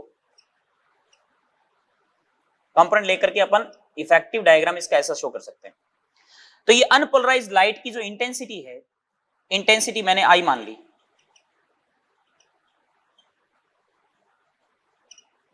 तो यहां पर जो ये जो कंपोनेंट लेने के बाद जो इफेक्टिवली जो इस वाले पार्ट के अंदर एनर्जी जो बचेगी वो आधी एनर्जी बचेगी, आधी एनर्जी कंट्रीब्यूशन होगा। तो इसके लिए इंटेंसिटी में क्या लिखूंगा, I/2, और इसके लिए जो इंटेंसिटी वो क्या लिखेंगे अपने I/2, करेक्ट। इस वाइब्रेशन का, ये वाइब्रेशन एक ही है, ये अलग मत मानना। तो I/2 इसके लिए एनर्जी, आधी आधी एनर्जी कर दी ना, इंटेंसिटी भी आधी आधी हो जाएगी। इसके लिए इंटेंसिटी जो होगी I/2, इसके लिए इंटेंसिटी I/2। ये अनपोलराइज्ड लाइट ही है अभी भी, क्योंकि ये तो मैंने इसका इक्विवेलेंट डायग्राम बनाया है, इसके कंपोनेंट ले लिए, इसके कंपोनेंट ले लिए, ठीक है, तो इधर उधर बढ़ गए, इसके भी इधर उधर बढ़ गए, तो इंटेंसिटी आधी आधी हो जाएगी। ये अनपोलराइज्ड लाइट का सिंबल है, ठीक है।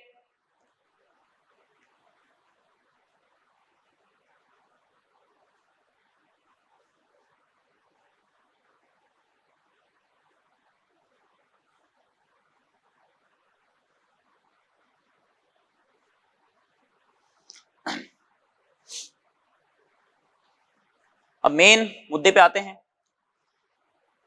क्या अनपोलराइज्ड लाइट को अपन पोलराइज कर सकते हैं? एक ही प्लेन के अंदर उसको अरेंज किया जा सकता है वाइब्रेशन को। बहुत प्यारा पार्ट है ये। जैसे आप गौर करना बेटा इधर, जैसे हमारे पास एक फ्रेम है, आप थोड़ा गौर से देखना इसको, है ना, एक फ्रेम है, वायर फ्रेम है, मेटल का बना हुआ है, और इस मेटल फ्रेम के अंदर कई सारे वायर्स हैं, मेटेलिक वायर्स हैं, ठीक है।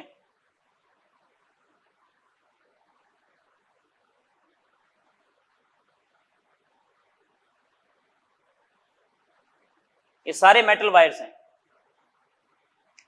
ठीक है, समझना इसको अच्छे से। ये सारे मेटल वायर्स हैं और इसमें ये अनपोलराइज्ड लाइट आ रही है।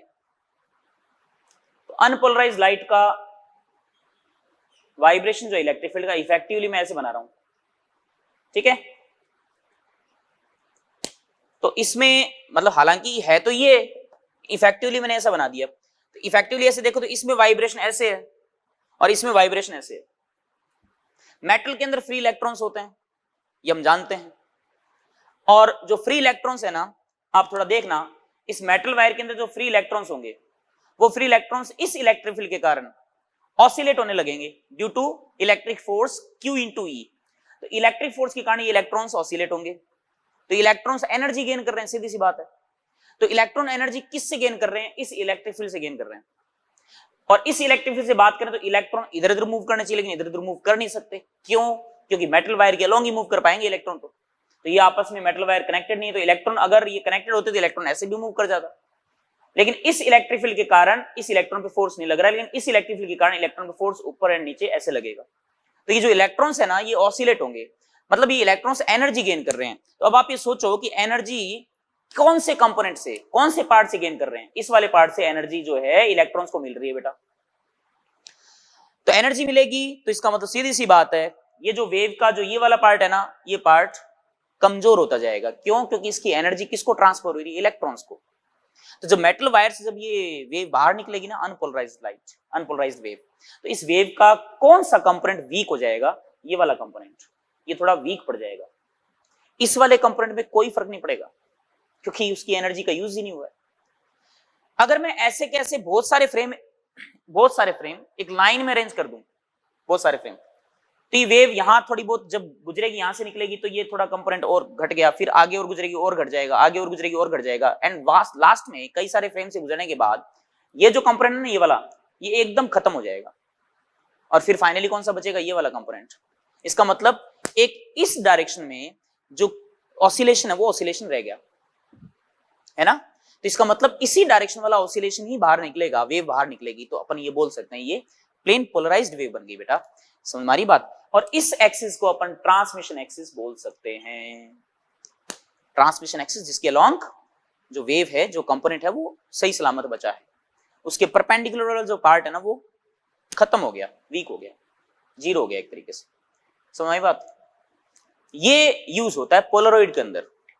पोलरॉइड के अंदर मॉलिक्यूल्स की चेन होती है, पॉलीमर्स होते हैं, पॉलीमर्स की चेन होती है बेटा, और उसके अंदर भी वही सेम कॉन्सेप्ट, इलेक्ट्रॉन्स का ऑसिलेशन होता है एक डायरेक्शन के अंदर। वो एनर्जी को, रेडिएशन को, इलेक्ट्रोमैग्नेटिक वेव की एनर्जी को, एक डायरेक्शन वाली एनर्जी को एब्जॉर्ब कर लेता है, ठीक है, और परपेंडिकुलर वाला जो पार्ट है वो उसमें से ट्रांसमिट हो जाता है।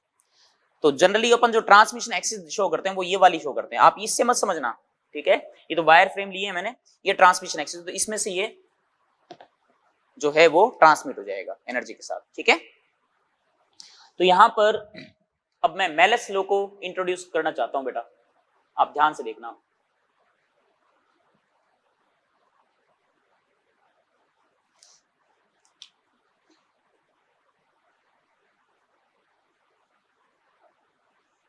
और इस पर नीट में लगभग हर 1-2 साल में क्वेश्चंस आते ही आते हैं। ठीक है, तो ये पोलरॉइड है, ठीक है, और इसकी ये ट्रांसमिशन एक्सिस है, और यहां से आपने क्या किया,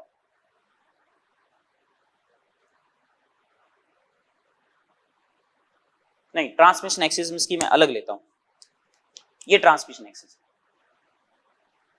ठीक है, और हमने यहां पर एक प्लेन पोलराइज्ड लाइट को इस पर इंसिडेंट किया। ये प्लेन पोलराइज्ड लाइट है, ध्यान देना, ये केवल कौन सी लाइट है, प्लेन पोलराइज्ड लाइट।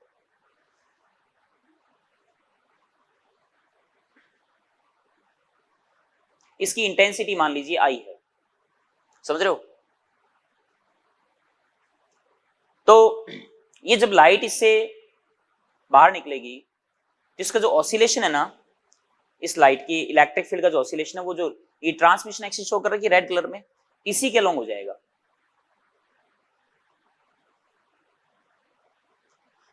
और हमें कितनी इंटेंसिटी की लाइट मिलेगी, ये प्लेन पोलराइज्ड है, प्लेन पोलराइज्ड, इसकी कितनी इंटेंसिटी हमें मिलेगी, आई डैश बराबर आई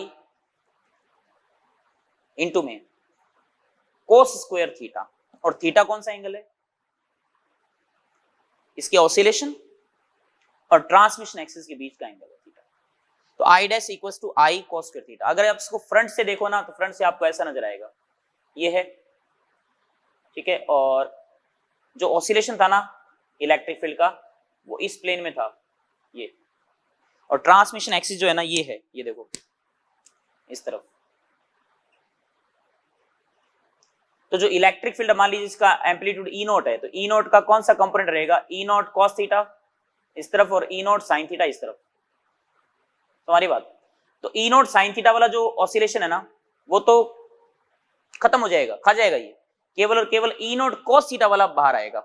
तो जो इंटेंसिटी है वो एम्पलीट्यूड के स्क्वायर के प्रोपोर्शनल होती है, तो आई जो आएगा, आई डैश जो आएगा, वो E naught square cos square theta के प्रोपोर्शनल होगा, और ई नोट स्क्वायर जो है वो आई के प्रोपोर्शनल है।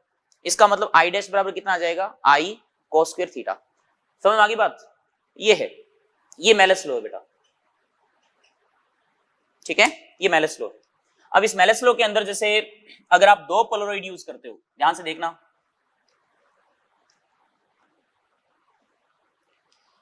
दो पोलरॉइड यूज करें आप, जैसे यहां पर एक पोलरॉइड यूज किया है,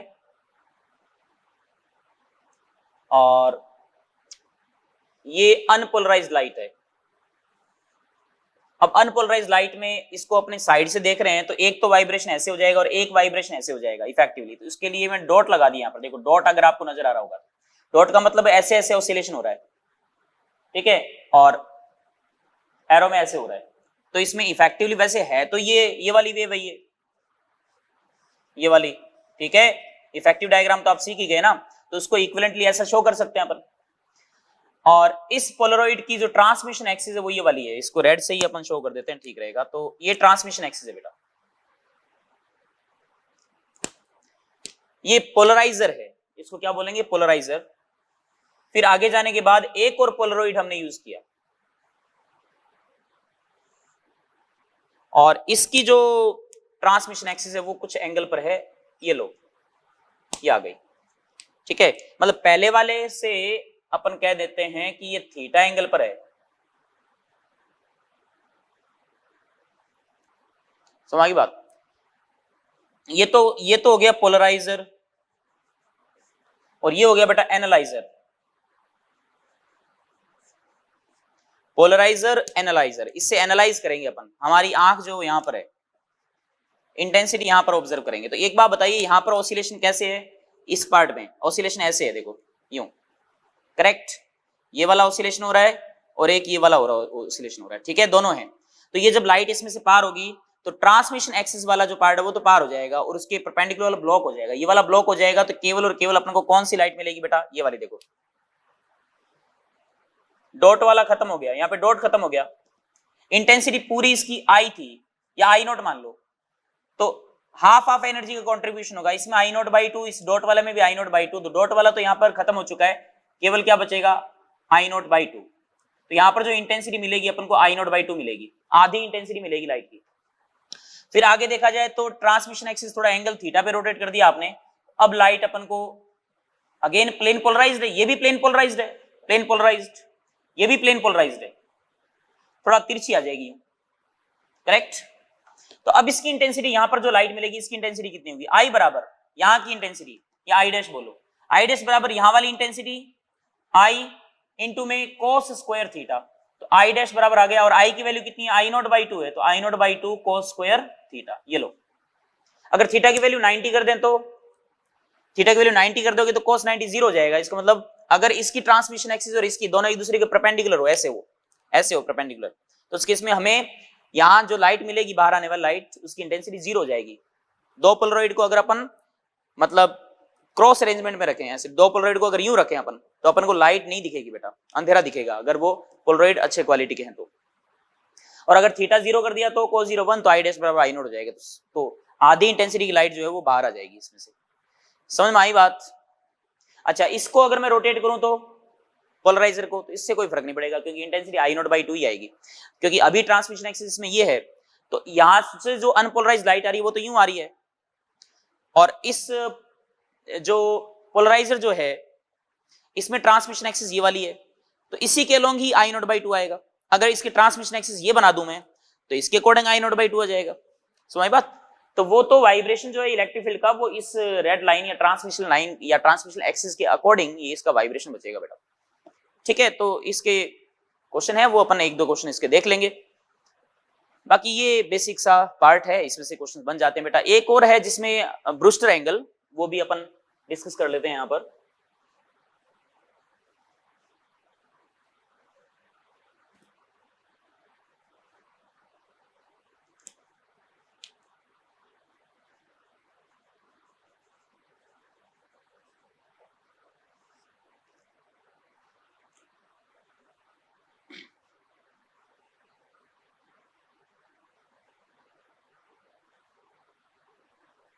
देखो बेटा, ये मीडियम है, इसका रिफ्रैक्टिव इंडेक्स म्यू है, बाहर एयर है, ठीक है। अब हमने एक लाइट इंसिडेंट की जो कि अनपोलराइज्ड लाइट है, और ये किसी एंगल थीटा पर या थीटा पी पर इंसिडेंट हो रही है। थीटा पी बाद में बताएंगे, थीटा पी पर इंसिडेंट हो रही है, अनपोलराइज्ड लाइट है। अब अनपोलराइज्ड लाइट है, जिसको मैं रिप्रेजेंट कर रहा हूं, देखो ये इलेक्ट्रिक फील्ड का ऑसिलेशन हो गया, इफेक्टिव देखो, और ये डॉट भी बना दिया देखो, तो इसमें contribution I naught by two, इसमें आई नॉट बाई टू, ठीक है, I naught by two, I naught by two, dot और ये एरो दोनों लगा दिए मैंने यहाँ पर, ठीक है। अभी जब लाइट इस सरफेस पे गिरेगी ना यहाँ पर, तो यहाँ के जो मॉलिक्यूल्स हैं वो इलेक्ट्रिक फील्ड के इफेक्ट के कारण उनमें इलेक्ट्रॉन्स जो है उनका ऑसिलेशन होगा, डायपोल्स बनेंगे, ऑसिलेशन होगा, ठीक है, ऑसिलेशन होगा। फिर लाइट का कुछ पार्ट जो है अंदर रिफ्रैक्ट हो गया, और कुछ पार्ट पार्शियली क्या हो गया? रिफ्लेक्ट हो गया। लाइट का कुछ पार्ट अंदर रिफ्रैक्ट हो गया और कुछ पार्ट पार्शियली रिफ्लेक्ट हो गया बेटा।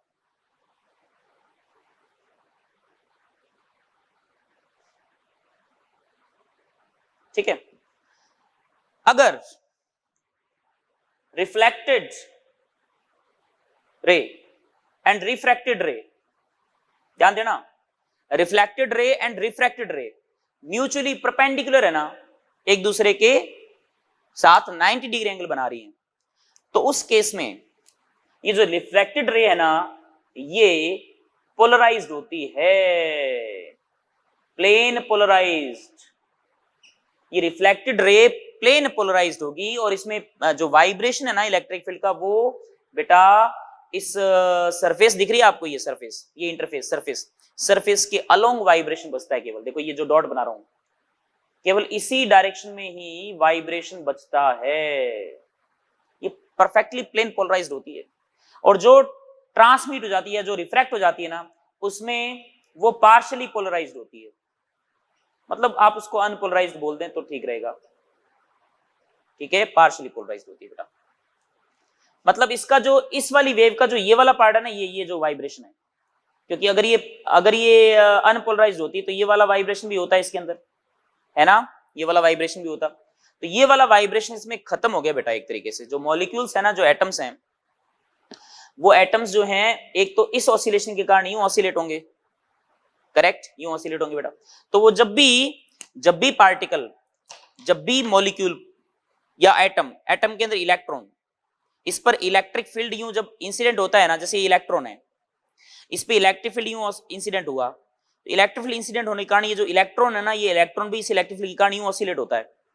और जब भी कोई चार्ज पार्टिकल यूं ऑसिलेट होता है ना, तो उसके परपेंडिकुलर डायरेक्शन वेव जनरेट होती है, परपेंडिकुलर डायरेक्शन वेव जनरेट होती है बेटा, ठीक है। तो इस ऑसिलेशन के कारण परपेंडिकुलर डायरेक्शन में वेव जनरेट हो रही है, तो परपेंडिकुलर डायरेक्शन में ये वाली वेव जनरेट हुई, करेक्ट, और ये भी परपेंडिकुलर डायरेक्शन जनरेट हुई इस ऑसिलेशन के कारण, है ना। और इस ऑसिलेशन के कारण अगर बात करें अपन, इस ऑसिलेशन के कारण बात करें, तो उसके कारण जो इलेक्ट्रिक फील्ड है, जो वेव है वो इस तरफ जनरेट होगी, और वो पॉसिबल नहीं है, हो नहीं सकती वो। तो केवल और केवल कौन सा वाइब्रेशन इसमें बचेगा, ये वाला डॉट वाला, ठीक है। तो इस वाइब्रेशन के परपेंडिकुलरली अगर रे रिफ्रैक्ट हो रही है ना, तो उसी केस में रिफ्लेक्टेड रे जो है ना, वो प्लेन पोलराइज्ड होगी, ये आपको ध्यान रखना है। ये वाला एंगल 90 होना चाहिए, ये म्यू है। इस थीटा पी को अपन बोलते हैं बेटा ब्रूस्टर एंगल, एग्जाम में पूछा जा चुका है इसके बारे में बेटा। तो क्या आप बता सकते हैं थीटा पी की वैल्यू क्या होगी? ये वाला एंगल 90, ये थीटा पी है। लॉज ऑफ रिफ्लेक्शन से देखें, ये वाला एंगल कितना आ जाएगा, पूरा 180 है, 180 में से 90 एक आ गया, ये क्या बचेगा इतना, ये वाला एंगल क्या बचेगा 90 minus theta p. Snell's law अगर आप लगा देंगे तो 1 इंटू एयर है बाहर, मीडियम भी होगा तो वो भी चल जाएगा, लेकिन एयर है तो 1 इंटू साइन थीटा पी बराबर, यहां पर म्यू है refracted X, mu into sine 90 minus theta P मतलब cos theta P. Sine by cos क्या आ जाएगा 10 थीटा पी बराबर म्यू, एंड थीटा पी बराबर आ गया बेटा 10 इनवर्स म्यू। ये आ गया जी ब्रूस्टर एंगल। समझ बात? ये पार्ट बेटा आपको ध्यान रखना है, ओके। तो एनसीईआरटी में बेसिकली इतना ही है, और नीट में बेटा क्वेश्चंस जनरली इनसे ही पूछे जाते हैं, तो आप इस पार्ट को अच्छे से कवर कर ले। मेलस लॉ खास है, ब्रूस्टर एंगल भी अच्छा है, ठीक है। तो इनकी प्रैक्टिस कर लीजिए आप। मैं यहाँ पर 2-4 जो क्वेश्चंस हैं इसके वो डिस्कस कर लेते हैं अपन, फिर आगे बढ़ते हैं बेटा। तो पोलराइड से सॉरी मेलस लॉ से या पोलराइजेशन से कुछ 1-2 क्वेश्चंस हैं। तो आपकी मॉड्यूल पेज नंबर 2.22, ठीक है, इंग्लिश मीडियम की बात करें तो इसमें एक्सरसाइज 4 दे रखी है बेटा, छोटी सी एक्सरसाइज, इंट्रोडक्टरी एक्सरसाइज। इसमें जैसे एग्जांपल नंबर 5 है, 2 Polaroids are placed in the path of unpolarized beam of intensity I naught, okay, such that no light is emitted from the second Polaroid.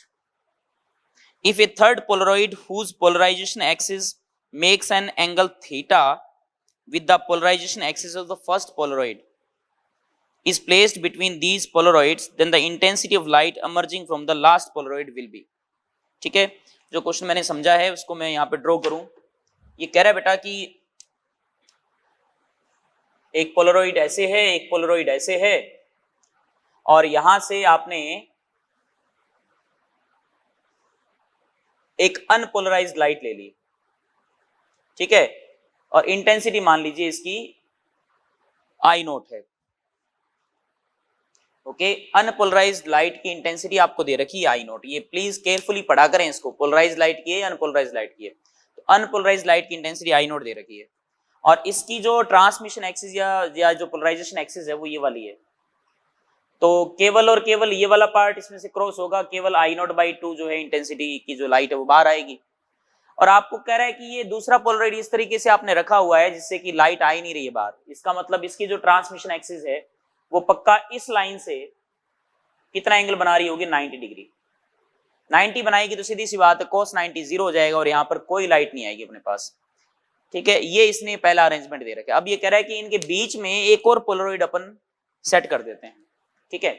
इनके बीच में एक और पोलराइड अपन ने सेट कर दिया, और ये कह रहा है इस पोलराइड की जो ट्रांसमिशन एक्सिस है ना, जैसे जो पोलराइजेशन एक्सिस है वो फर्स्ट पोलराइड से थीटा एंगल पर है, मतलब इसकी ट्रांसमिशन एक्सिस में यहां पर ड्रॉ कर रहा हूं बेटा, ध्यान से देखना, ये थीटा एंगल पर है। ये डॉटेड लाइन जो मैंने ड्रॉ कर रही है इसके रेफरेंस के साथ है, ठीक है, इसके पैरेलल है जस्ट।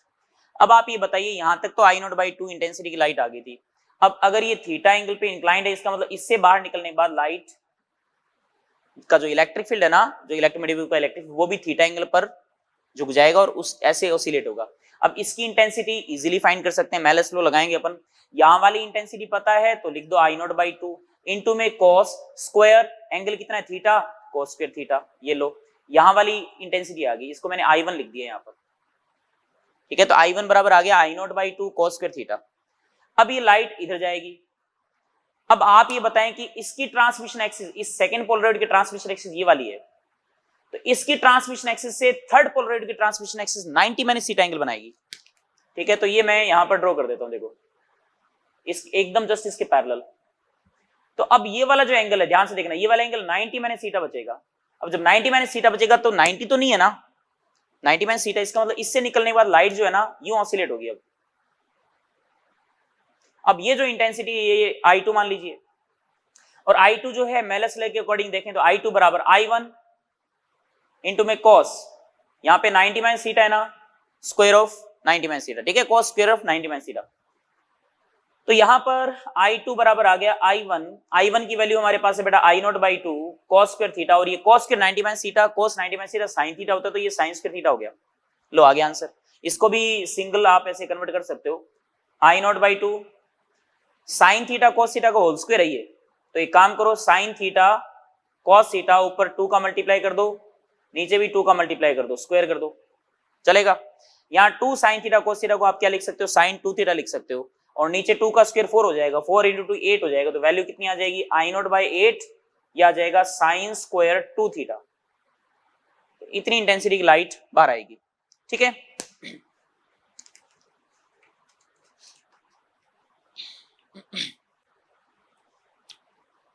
बाकी ऐसे ही सिंपल से क्वेश्चन है बेटा, आप ट्राई करेंगे हो जाएंगे आपसे, ठीक है। तो ये आपका रे ऑप्टिक्स वे ऑप्टिक्स फिनिश्ड। अब हम बेटा कुछ क्वेश्चंस करेंगे। रे ऑप्टिक्स जो मॉड्यूल है, सबसे पहले रे ऑप्टिक्स के स्टेज 1 के स्टेज 2 के कुछ सिलेक्टेड क्वेश्चंस, ठीक से क्वेश्चन जो हैं वो मैं यहाँ पर क्लास में डिस्कस करूंगा, ठीक है। तो सबसे पहले बेटा रे ऑप्टिक्स के क्वेश्चन अपन डिस्कस करते हैं स्टेज 1 के।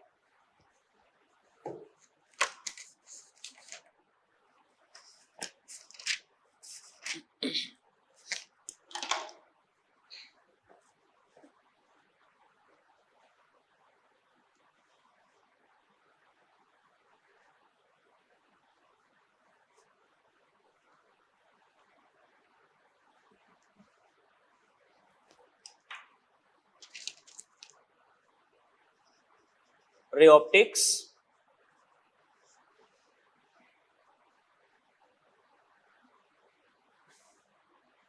और इसमें जो मॉड्यूल है उसका स्टेज फर्स्ट, ठीक है। स्टेज फर्स्ट पे आप आ जाइए। तो सारे क्वेश्चन डिस्कस नहीं कर पाएंगे, काफी कुछ क्वेश्चन जो हैं बहुत बेसिक से क्वेश्चन हैं। तो स्टेज फर्स्ट का क्वेश्चन नंबर 2 आप सबके सब अच्छे से पढ़िए इसको। A man 180 centimetre high stands in front of a plane mirror. His eyes are at a height of 170 centimeter from the floor. Then the minimum length of the plane mirror for him to see his full length images. तो सीधी सी बात है, बंदे की height 180 centimetre है और सामने plane mirror रखा है, तो बताइए कितनी मिनिमम लेंथ का जो मिरर लेना होगा, बंदे की हाइट का हाफ, 180 बाई 2 मतलब 90 सेंटीमीटर। तो ये तो सॉल्व करने की जरूरत नहीं पड़ी अपन को। क्वेश्चन नंबर 4 पे चलते हैं, चलो। Two plane mirrors are inclined at an angle of 60 degree as shown in the figure. A ray of light incident on one mirror is parallel to the other. What will be the angle between the first incident ray and the last reflected ray? Okay, तो ये कुछ question है, देखो इसमें मैंने diagram थोड़ा उल्टा बना दिया है। 2 मिरर है बेटा और ये वाला एंगल 60 डिग्री आपको दे रखा है, ठीक है। और ये कह रहा है कि एक लाइट रे इस मिरर के जस्ट पैरेलल आ रही है। पैरेलल आने के बाद अपन को ये पता है कि लाइट रे रिफ्लेक्ट होगी, ये एंगल 60, तो ये भी 60 होना चाहिए। और ये एंगल 30 हो जाएगा, तो ये भी एंगल 30 होना चाहिए, तो ये वाला एंगल वापस 60 हो जाएगा, सीधी सी बात है। ये 60 तो बाकी रिमेनिंग एंगल भी 60 बचा, 180 होता है, 60 बचा। तो यहां से फिर लाइट रे फिर ये इधर जाएगी, तो ये वाला एंगल भी फिर 60 होना चाहिए। तो ये लाइट रे सीधी चली जाएगी ना, क्योंकि ये 60 और ये 60, तो इसका मतलब ये लाइट रे मिरर M1 के पैरेलल हो जाएगी, बोलो है ना, ये पैरेलल होगी बेटा ऐसे। तो ये वाला एंगल भी 60 आ गया, देखो आया ना। तो कह रहा है what will be the angle between the first incident ray and last reflected ray. देखो फर्स्ट इंसिडेंट रे इधर है और लास्ट रिफ्लेक्टेड रे इधर है, और इन दोनों के बीच में एंगल ये वाला है, और एंगल कितना होगा 120 डिग्री, है ना ऐसे। Question number 6, mark the wrong statement about A virtual image. A virtual image can be photographed. क्या वर्चुअल इमेज को अपनी फोटो नहीं ले सकते क्या? जैसे मिरर है, मिरर के अंदर हमारी फोटो नजर आ रही है और हमने कैमरा ऑन किया और हमारी फोटो मिरर के अंदर नहीं ले सकते क्या? ले सकते हैं, क्यों नहीं ले सकते हैं? हाँ, वर्चुअल इमेज को अपन स्क्रीन पे ला नहीं सकते हैं, मतलब प्रोजेक्ट नहीं कर सकते हैं बेटा। दूसरा देखते हैं, virtual image can be seen, definitely देख सकते हैं। Virtual image can be photographed bye exploring A film at the location of the image. Yes, virtual image जहां बनती है एक्चुअली में वर्चुअल स्पेस में बनती है, वहां वास्तव में इमेज बनती नहीं है, मतलब होती नहीं है। तो मिरर के पीछे की तरफ इमेज बन रही है, तो अगर वहां पर अगर आप कोई फोटोग्राफिक फिल्म रख देंगे तो क्या वो लाइट से एक्सपोज होगी क्या वहां पर? मतलब उस पर लाइट इंसिडेंट होगी? नहीं होगी। तो थर्ड ऑप्शन जो है इसका वो गलत है। ये कह रहा है ना virtual image can be photograph, तो फोटोग्राफ नहीं, मतलब फोटोग्राफिक फिल्म पर वो बेटा इमेज अपन नहीं ला सकते, अगर आप जहां पर वर्चुअल इमेज बन रही है वहां पर अगर वो फिल्म को रख दें तो। ओके, तो इसका थर्ड ऑप्शन बेटा रॉन्ग हो जाएगा। 8th, which one of the following can produce a parallel beam of light from a point source of light। ये कह रहा है पॉइंट सोर्स से एक लाइट निकल रही है और अपन से कह रहा है कि कौन से चीज से अपन जो है वो पैरेलल बीम बना सकते हैं। तो पैरेलल बीम बनाना अपन को, तो आप ये सोचें कि क्या कॉनकेव मिरर से पैरेलल बीम बनाया जा सकता है? यस, क्यों नहीं बना सकते? अगर आप फोकस पर सोर्स रख दें, लाइट रे यूं जाएंगी, और अपन को पता है फोकस से अगर कोई लाइट रे पास होती है आफ्टर रिफ्लेक्शन पैरेलल हो जाती है, ये लो पैरेलल होगी ना। कॉन्वेक्स मिरर पे ना, कॉन्वेक्स मिरर पे तो मामला बनेगा नहीं। कॉन्वेक्स मिरर के फोकस पर अगर आप रखोगे लाइट रे यूं जाएगी, एक्चुअली में फोकस पे रख ही नहीं सकते क्यों, फोकस तो इसका यहाँ पे है। तो कॉनकेव मिरर में तो सीधी सी बात, कॉन्वेक्स मिरर में तो सीधी सी बात है, कॉन्वेक्स मिरर में अगर ऑब्जेक्ट रियल है तो इमेज हमेशा वर्चुअली बनती है, तो पीछे बनेगी तो ऐसा लगेगा कि लाइट रे यूं आ रही है ना ऐसा, तो मतलब ही नहीं है, क्योंकि डाइवर्ज हो रही है ना, फैल रही है, तो पैरेलल बीम तो बन ही नहीं सकती। प्लेन मिरर, हाँ प्लेन मिरर, क्योंकि सोर्स पॉइंट सोर्स है ना, तो प्लेन मिरर के सामने अगर पॉइंट सोर्स रखोगे तो लाइट रे यूं आएगी, ये चलो पीछे गई, ये इधर के जाएगी तो ये इस तरफ चली जाएगी, देखो ऐसे चली जाएगी, तो अगेन बीम जो है वो डाइवर्ज हो रही है, पैरेलल नहीं जा रही। Diverging diverging lens, concave lens ये वाला, इसमें भी मामला नहीं बैठेगा। सोर्स रखा आपने, अगेन लाइट रे यूं जाएगी तो ये डाइवर्ज कर देगा, फैला देगा, तो अगेन बीम पैरेलल नहीं हो सकती। तो answer is second. Question number 11 को देखो बेटा, पेज नंबर 1.56 पे। In case of curved mirror, if the distance of the object u and the image v are measured from the pole and graph is plotted between 1 by u and 1 by v, ये मैंने class में करवाया हुआ है आपको। 1 by v और 1 by u के बीच में ग्राफ, जैसे 1 upon v plus 1 upon u तो 1 upon f है, तो 1 upon v तो हो गया y और 1 upon u हो गया x, तो क्या इक्वेशन बन जाएगी y plus x बराबर 1 upon f ना। तो एक स्ट्रेट लाइन की इक्वेशन बन गई, ठीक है, स्ट्रेट लाइन, और ओरिजिन से पास नहीं होती, इंटरसेप्ट होगा इसका। Question number 14. When a composite light wave passes through a medium other than the vacuum, the speed of, तो ये कह रहे कंपोजिट लाइट है, wave passes through a medium other than the vacuum, the speed of all frequencies the medium are equal। कैसा है? नहीं, medium में जब लाइट ट्रेवल करती है तो हमें पता है मीडियम का जो रिफ्रैक्टिव इंडेक्स है वो फ्रीक्वेंसी के अकॉर्डिंग अलग अलग होता है, और स्पीड जो है लाइट की वो c by म्यू होती है। तो मीडियम के अकॉर्डिंग म्यू की वैल्यू जो है, सॉरी कलर के अकॉर्डिंग या फ्रीक्वेंसी के अकॉर्डिंग म्यू की वैल्यू अलग अलग है, तो स्पीड ऑफ लाइट v बराबर c by म्यू होता है, वो भी अलग अलग होगा। तो all frequency medium are equal, ये गलत हो गया। Higher frequency is less than the speed of the lower frequency, ये चेक करते हैं, ये ग्रेटर हो गया। All frequency are greater than those in the vacuum, ये चेक करते हैं। अब आप ये देखो, फ्रीक्वेंसी जितनी ज्यादा हाई होती है, जैसे वॉयलेट की हाई होती है, तो म्यू उतना ही ज्यादा हाई होता है। म्यू जितना ज्यादा हाई होगा स्पीड उतनी ज्यादा डाउन होगी।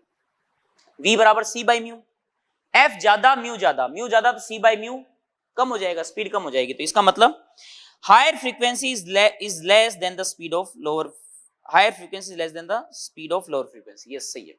तो हाई फ्रीक्वेंसी स्पीड है वो लोअर फ्रीक्वेंसी कंपैरेटिवली कम होती है। ठीक है, 14th हो गया। 15th पे चलते हैं। To an observer on the earth the star appears to twinkle, this can be describe to. तो ग्राउंड से देखने पर जो तारे हैं वो टिमटिमाते हुए दिखते हैं अपन को। ठीक है, ऐसा क्यों? ऐसा क्यों? क्योंकि बेटा एटमॉस्फेयर जो होता है, एटमॉस्फेयर में एयर चलने के कारण या टेम्परेचर वेरिएशन के कारण जो एटमॉस्फेयर की जो डेंसिटी है ना वो वेरी करती रहती है बेटा। डेंसिटी वेरी करती है, उसके कारण जो रिफ्रैक्टिव इंडेक्स है ना वो चेंज होता रहता है। और रिफ्रैक्टिव इंडेक्स चेंज होता है तो लाइट जो रिफ्रैक्ट होती है ना वो अपने पाथ से डेविएट होती रहती है। तो इसलिए जो स्टार है ना वो स्टार अपन को झिलमिलाता हुआ दिखता है, टिमटिमाता हुआ दिखता है बेटा। 18th, length of vertical pole at the surface of lake of water mu equals to 4/3 is 24 centimeter. Then to a underwater fish just below the water surface, the tip of the pole appears to be. तो ये काफी easy question है।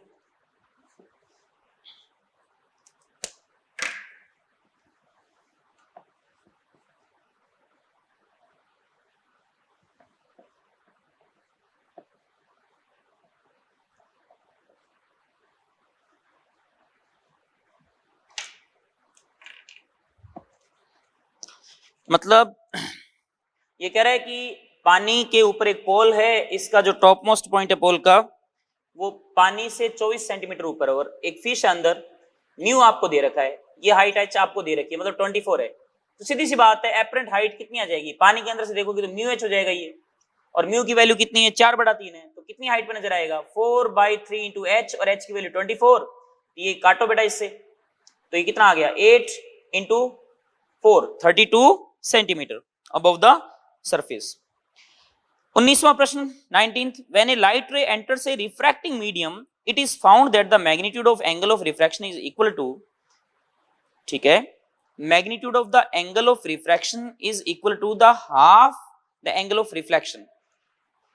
Okay ठीक है, तो ये कह रहा है एक मीडियम में लाइट रे जो है रिफ्रैक्ट होती है और कह रहा है the angle of magnitude, that the magnitude of angle of refraction is equal to half the angle of reflection. Angle of reflection अगर मैं, एंगल ऑफ इंसिडेंस और एंगल ऑफ रिफ्लेक्शन सेम होते हैं, अगर मैं आई मानूं तो एंगल ऑफ रिफ्लेक्शन भी आई होगा। ठीक है, और इसका चित्र बनाता हूं, mu is the refractive index of the medium then the angle of incidence is. तो ये देखो क्या कह रहा है कि मीडियम है, रिफ्रैक्टिव इंडेक्स म्यू है, लाइट रे आई हूं, जितने एंगल से लाइट रे आती है उतनी एंगल से लाइट रे रिफ्लेक्ट होती है। रिफ्लेक्शन तो बहुत कॉमन फिनोमेना बेटा, हर जगह ही होता है, तो ये भी आई के बराबर होगा और ये लाइट रे रिफ्लेक्ट हो गई, ये एंगल ऑफ रिफ्रैक्शन है। और ये कह रहा है जो आर है ना एंगल ऑफ रिफ्रैक्शन, वो एंगल ऑफ रिफ्लेक्शन का आधा है, मतलब ये जो आर है ना ये एंगल ऑफ रिफ्लेक्शन का आधा है और angle of reflection angle of incidence के बराबर है। इसका मतलब आर बराबर कितना आ गया? I/2। अब आपसे पूछा क्या यहाँ पर? ये पूछा एंगल ऑफ इंसिडेंस बताइए कितना है, तो म्यू तो दे रखा आपको, स्नेल्स लॉ लगा दीजिए, 1 इंटू साइन आई, ऊपर वाले के लिए 1 इंटू साइन आई बराबर mu into sine r. Sine r, sine r, r मतलब I/2। अब साइन आई है, इसको लिख दो 2 sine I/2 cos I/2, half angle में कन्वर्ट कर दिया बेटा, साइन 2 थीटा वाला फॉर्मूला लगा दिया, mu sine I/2, sine I/2 sine I/2 cancel out हो गया, अपन को आई चाहिए था, ये म्यू बाई 2 आ जाएगा, तो cos I/2 is equal to mu by 2, ये cos इनवर्स आ गया इधर, और I बराबर आ जाएगा 2 times of cos inverse mu by 2, ये एंगल ऑफ इंसिडेंस आ गया। ठीक है, next question, mark the wrong statement, refractive index decreases with increase in temperature. तो टेम्परेचर जनरली जब इंक्रीज करते हैं अपन मीडियम का तो रिफ्रैक्टिव इंडेक्स डिक्रीज होता है बेटा। ठीक है, सही है। Refractive index depends on the angle of incidence, नहीं, एंगल ऑफ इंसिडेंस पे कब डिपेंड करने लग गया भैया? रिफ्रैक्टिव इंडेक्स किस पे डिपेंड करता है? मटेरियल के ऊपर, लाइट की वेवलेंथ के ऊपर, एंगल ऑफ इंसिडेंस पे डिपेंड नहीं करता। तो ये सेकंड ऑप्शन तो सीधे सीधे गलत हो ही गया। चलिए भैया 22वां प्रश्न पढ़ो। A coin is placed at the bottom of water tank of depth 0.5 meter. The critical angle of water is about 49 degree when viewed normally. The depth of the coin appears to be. Okay? ये कह रहा है कि एक पानी का tank है और उसके अंदर 0.5 मीटर डेप्थ पर एक कॉइन रखा है और आप कॉइन को नॉर्मली देख रहे हो, तो अपन को पता है कि कॉइन जो है the depth of the coin appears to be, तो ये कह रहा है कि कॉइन की एपरेंट डेप्थ कितनी है, गहराई कितनी है, तो ये h डैश है और h डैश अपन को मालूम है h बाई म्यू हो जाएगा। h अपन को दे रखा है 0.5 है, अपन में म्यू, म्यू दे नहीं रखा, अपन को म्यू की वैल्यू रखनी है। तो कुछ और हिंट दे रखा है क्या? हाँ जी दे रखा है। क्या कह रहा है? The critical angle of water is about 49 degree.